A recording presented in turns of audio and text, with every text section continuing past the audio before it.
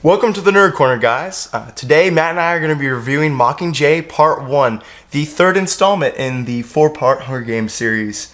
So, Matt, looking back, what was your favorite Hunger Games movie so far? Oh, my favorite Hunger Games movie was definitely The Giver. Fantastic film. Definitely. Jeff Bridges. So what was your... Spotless. Well, I am actually looking forward to Insurgent coming out. That's probably going to be my favorite. That's your favorite Hunger Games movie? Yeah, definitely. All right, well, let's go ahead and review it. I would like to introduce...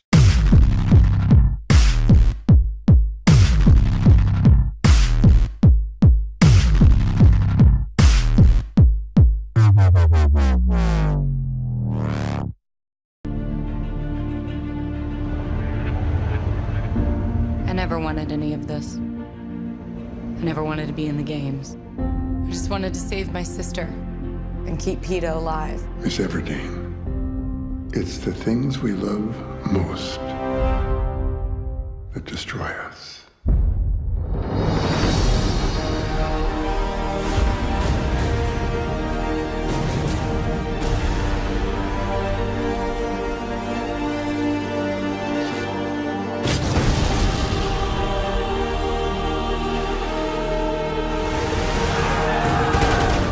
I want everyone who's watching to lay down their weapons now. You're alive.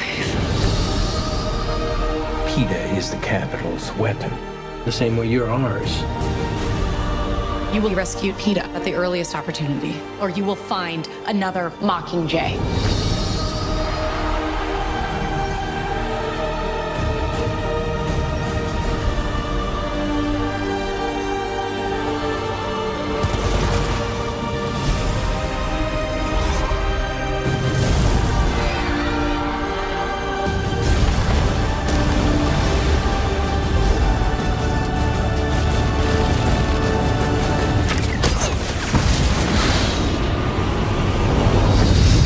So, Matt, what did you think of Mockingjay Part 1? Mockingjay was a good movie. It was not great. It was better than Catching Fire, worse than The Hunger Games. Here's why. The actors were okay. Mm-hmm. It wasn't, the best acting in the world. It wasn't the worst acting in the world. It was, good acting. Like, Julianne Moore was good as President Coin. Philip Seymour Hoffman, God bless his soul, was good as Plutarch Evans. I was surprised by Josh Hutcherson, how well he acted, because, I've never really been a big fan, so when they cast him as PETA, I was kind of surprised, and I thought he was okay in the first and second movies, but I thought he really shined in this one. I thought he kind of stole the show. He was good. J-Law, good. It was just, like I said, all of them were good performances. This movie was not very action-oriented, which you had a problem with. Yeah, see, the reason I had a problem with it, if you're going to make, to me, it felt like a boring first half, a boring first act. If you're going to only do, if your focus is on the political drama going on, at least, I don't know, it felt like the scenes where we saw the carnage and the desolation were almost disjointed from what was going on in District 13, and they didn't mesh well, I think, and they could have used maybe some more. See, you said that you were really tense by it. You were on the edge of your seat. Right. It was because it was like the political aspect of it. It was like she was used as so if you guys don't know the story of Mockingjay, essentially, go back, watch Hunger Games and Catching Fire to get caught up. The story of Mockingjay is she's basically suffering with PTSD. She's in District 13. It turns out that District 13 didn't get blown up. It is alive and well, and they are basically a militaristic, we're going to... Underground rebels, yeah. Right. They're going to fan the flames of the rebellion and use her as a propaganda central as the Mockingjay. That's why it's called Mockingjay Part 1. So, in the story, she's struggling. She's like, where's PETA? Because at the end of the last movie, if you haven't seen the last movie... She hates Philip Seymour Hoffman for leaving. Yeah. PETA got captured. And they're the capital using him as a propaganda tool, and they're using her as a propaganda tool. And Haymitch comes in and says she's not doing too good. Stop. stop. Yeah. He's like, go ahead and put her in the field. You'll get the best feeling. You know, I do a terrible Woody Harrelson. And then Philip Seymour Hoffman is later like, no, we need both of them. We need both. Yeah, exactly. So they basically put her in the field. She sees the carnage, desolation. She fights back. She does it. And a lot of stuff happens. And every Hunger Games fan is just like, oh yeah, give me more. And see, my problem was the scenes where it turned to just Peeta and Katniss, and there was supposed to be a lot of tension and a lot of drama between Pete and Katniss kind of waging a war between the screens, and I just didn't feel the emotion coming from either one of them. And I don't know, I wish they would have showed a little more into like Katniss's view. I know they touched on it briefly with she hated them for leaving Peeta, and she just wanted to I had enough Peeta in this movie. It was ridiculous. Yeah. It was like, yo, girl, there's a rebellion going on. Like, you know, there are other people's lives at stake, and she's like, we gotta protect Peeta. Like, yeah, I was like, I wanted her to mature in this movie. You're gonna stay hooked on that. If you're gonna have a strong heroine character like Katniss is, right? Katniss is a strong heroine. Don't make her rely on the boy. No, don't make her so stereotypical chick. Like, do not make her like, I need to go save Peeta because I love him. Like that. That's okay. Like that's all right. You can say that, but the problem is, don't make the entire movie about her just wanting to save Peeta. I mean, that's just... And it almost, to me, it seems like it betrays what they set up in the first two movies, because in the first Hunger Games, she stood up in the crowd. She took Prim's place. She's a strong character. And it's like she's getting weaker. Maybe if it was some sort of psychological thing going on, I would understand it. Like, she had some sort of psychological problem that she had to overcome, but they didn't... Okay, obviously this girl's traumatized. Like, right, she's suffering from PTSD. She has been through hell and back, but I would like to see her mature from that, and she does. Towards the end of the movie, she actually does come out of that phase, and we start to see the leader stand up. I get it's following the book and everything, and that, like, the whole thing is she's a propaganda piece or whatever.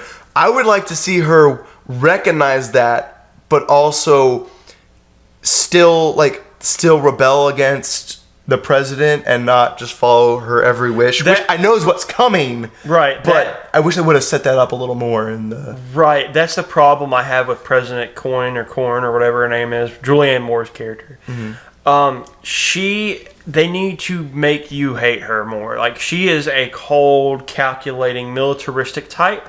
But that's not a bad character. Like, that's not a character that you want to hate. Like, the next movie definitely needs to make you hate her more for the ending, because, you know, we read the books, we know what's happening.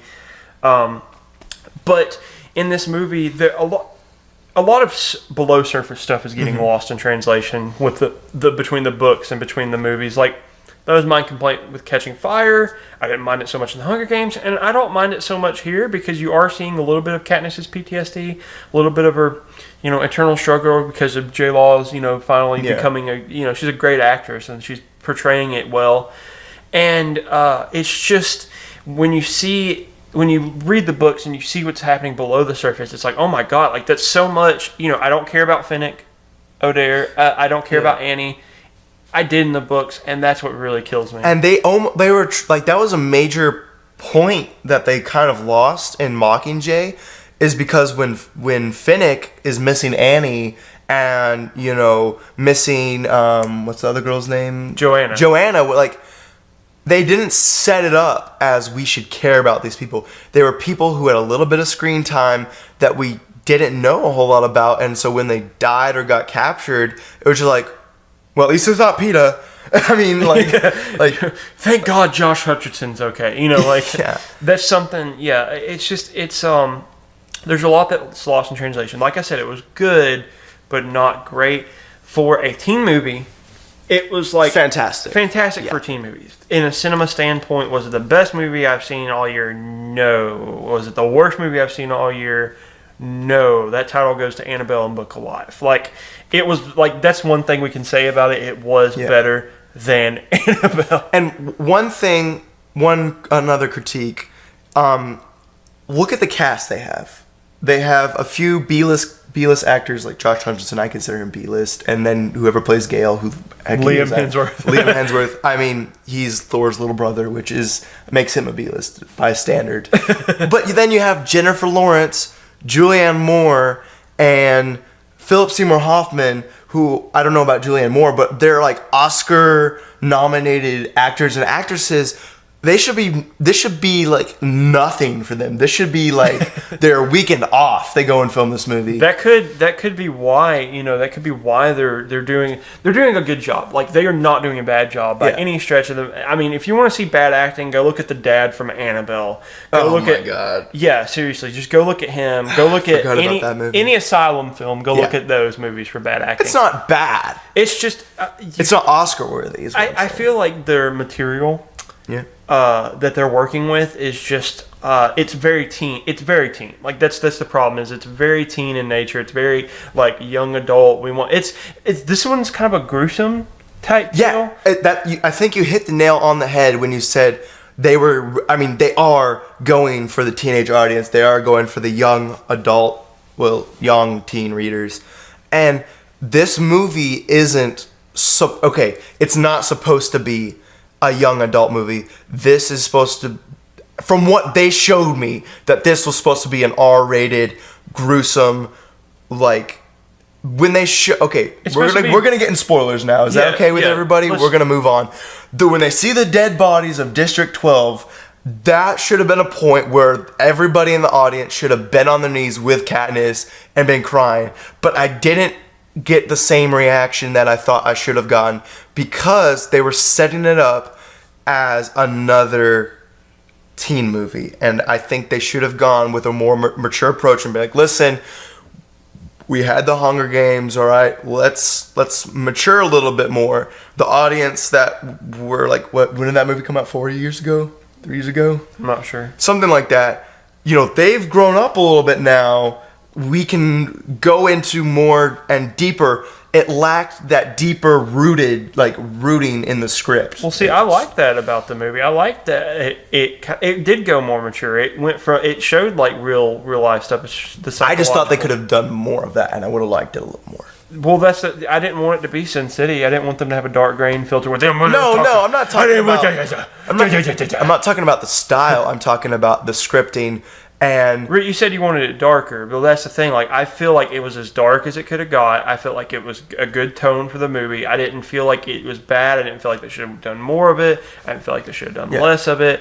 I felt like it was a good, nice tone throughout the movie. Like I said, the only problem is they were trying to hit that teen audience, so Katniss was just like Peeta the entire time. And when she finally saw Peeta, like we said, spoilers, when she finally saw Peeta, he was like a Holocaust survivor. He was super skinny. They beat the crap out of him, and he had black eyes. And he kind of like looks at Katniss and he starts choking her out because he was. Yeah, that was the most shocking scene in the entire movie. They said he was pre-programmed to kill Katniss when he saw her. Yeah, and it was President Snow. Like whole thing was he wanted to basically throw Katniss off her game because she's the face of the rebellion. It was such a shocking ending, such a good ending. Oh yeah, it was the ending. Like, okay, for me, there were little bits and pieces throughout the first 3/4 of the movie. There were little bits and pieces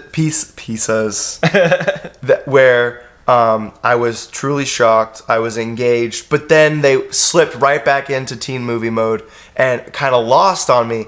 And I got tired of that. And there were a few times where I closed my eyes and just kind of sat there and it was like, when is this going to get over? And then towards the end, for me, starting with the rescue operation, when they're finally like, let's get Peeta, I was like, all right, we're getting Peeta out. That's when it got really good. That's when because if they hadn't had that end scene, I probably would have been okay with this movie. But the fact that they showed me they could have done so much better with it, like how the end scene was, kind of made the rest of the movie disappointing to me, because I know this is kind of selfish of me, but I wish the rest of the movie would have been as exciting and as exhilarating as the very last act and the climax were. Right. Well, I just, like I said, we just had to agree to disagree. I think the movie pacing was fine. They had a couple lulls in the plot. It wasn't bad. It wasn't a bad movie by any stretch of the means. It was okay. It was passable. I thought it was good. You thought it was just passable, I guess. It did for me what it was supposed to do for me, what it set out to do for me. I felt like they didn't need to split it into two parts. That wasn't necessary at all. Right. No. I feel like they don't have a lot to work with in the second, stretch, but it was completely passable for me. So let's just go ahead and what are your final thoughts on Mockingjay? Should the audience go see it? I wouldn't recommend seeing it. Unless you've already seen the first and second and you're planning on seeing the fourth movie, then I would go ahead and see it just for continuity's sake, like so you know what exactly happened. I wouldn't go out and see it in movie theaters. I just wait till it comes out on DVD. I think you'll get the same effect in home that you would have gotten in the theater. I don't think that it's a theater necessarily. Like with Interstellar, I like the theater aspect of it. With Mockingjay Part 1, I think it's at home. You're chilling with your not your buds, but your girlfriends and stuff like that. And they're like, let's watch Mockingjay. And you're like, okay, I can bear that. I think, so my final thoughts on it, I think you should go see it. Don't pay full price. Don't go during the bargain matinee. Yeah, steal tickets. Here's where I think go to the bargain matinee. Don't go full price. It is a movie worth seeing. Do you have to see it though? No, you don't have to see it. It's just if you saw the first one, if you saw the second one, you're interested in seeing the fourth one, go see this one definitely. It is a passable movie. Go in there with very low expectations. Go in there with it's not going to be a super good quality movie. Then I think you'll enjoy it. I think you'll feel that like you didn't waste your time. I think you'll feel like I could have sat home and played video games for 2.5 hours, but I still like the movie. So definitely check it out. But what did you guys think of Mockingjay? Did you like it? Did you hate it? Were you in agreement with Josh? Were you in agreement with me? Comment below. Don't forget to like and subscribe.